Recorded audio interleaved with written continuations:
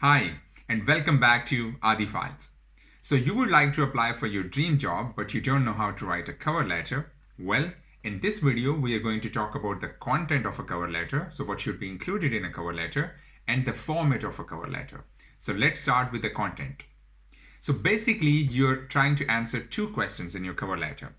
One of them is why you, and the other one is why us. So you can think of it as an interview where you have to say that why you are the right person for this job position and for this company. And then you also have to show your motivation that why are you applying for this specific job at our company. So let's start with why you. In this, normally, let's say we talk about academic background and work experience. So you can write one paragraph about these 2 points, and there you should try to somehow relate your background with this job position. So you can talk about some academic projects you did, some study modules you had, some internships, or from your past experience, you can talk about some responsibilities which are relevant to this job position.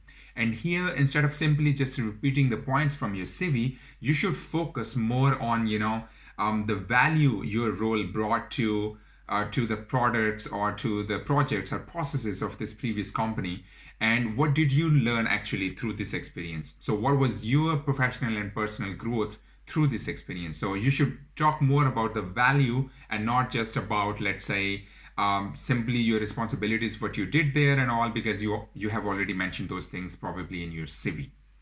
So let's say we are done with the academic background and work experience, and now you would like to talk about your extracurricular activities and your social commitment, because these points are also really important.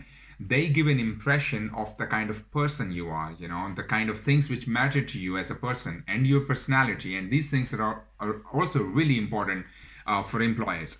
So let's say you want to show that you have good management skills. Instead of simply saying, yeah, I have good management skills, it's recommended to show this skill through some experience. Just give some examples. For example, you can say, having worked as the president of XYZ Student Society, or having worked in this position in my last job, I had the possibility to organize events, or for example to interact with people from around the globe and all, and whatever you want to say. So this indirectly shows that yes, this person has management skills and this person has intercultural competence or something like this. So based on your experience, your example, you can show those qualities indirectly instead of having to just mention them right away in the letter in words, because that doesn't really give a good impression.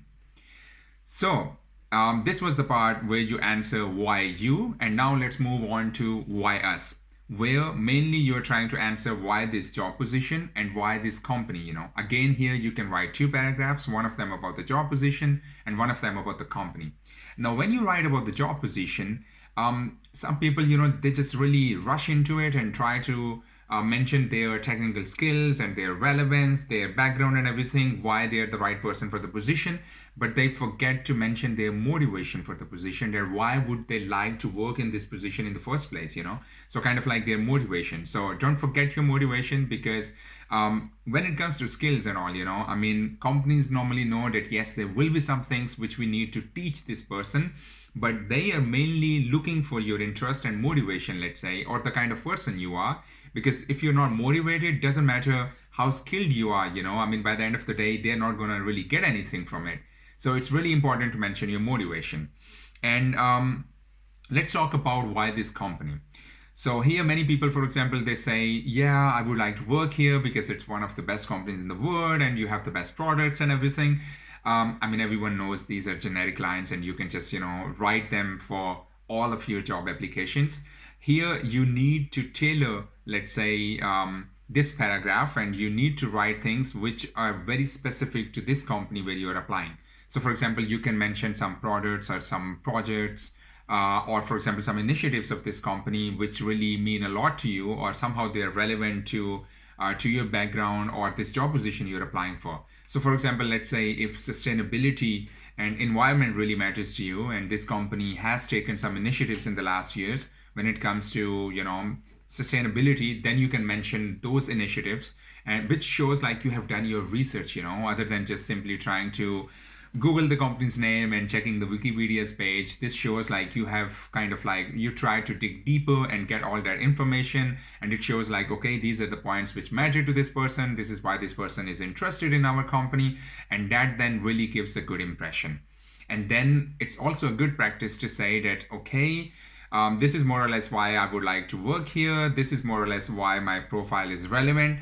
And this is the more or less the starting date, or very concrete starting date when you can start working there, Instead of them having to call you and ask separately about the date and all, it's a good idea to simply include your starting date in your letter. So this was the part about the content of a cover letter.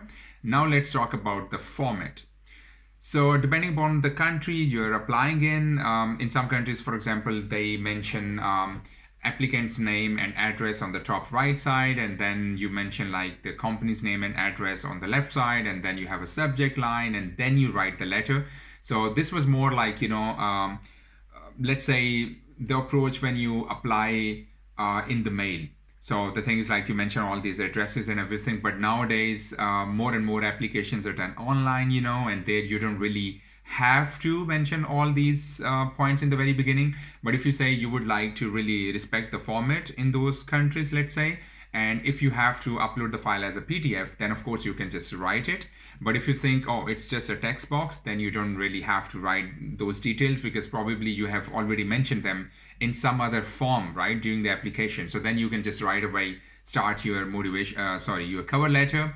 And then the thing is that you can also see like you have to address the cover letter to someone. If you do have a contact person, that's really good. You can address the letter to this person. But if you don't have anyone, then you can see like a team, or kind of like, instead of simply writing dear sir or ma'am, something like this, you can just kind of say dear marketing team, or dear kind of like HR team, or something like this. I mean, the whole point is to be to kind of follow the format, but at the same time being kind of like, a bit unique, a bit different than the other applicants here.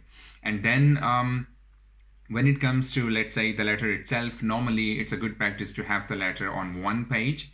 And one page doesn't mean that you take the content from 2 or 3 pages and then just put it all together with really small font size, and then you reduce the line spacing and then make it one page. That's not the point here. So the thing is to say more with less words. So for example, if you talk about 4 paragraphs, so 2 paragraphs about yourself, 2 paragraphs about the company, and then some formatting here and there, and then you make sure that yes, there is some room for margins on the right, left, top, bottom, instead of having to just make narrow margins, and then the person who looks at the letter says like, yeah, okay, a lot of text, just try to make it one page, so don't give that impression, because that's kind of like the first impression of your letter. So that first impression should be good. And then just try to say more with less words. Even if you have to, let's say, remove some things, that's all right. I mean, it's anyway a good practice to tailor your letters for different positions and different companies. They always give a better impression, instead of just having one generic letter and then applying everywhere with that letter. So I hope I could give you a good overview about how to write a cover letter. If you have any questions, mention them in the comments. Visit the website adifiles.com for further information. Have a good day.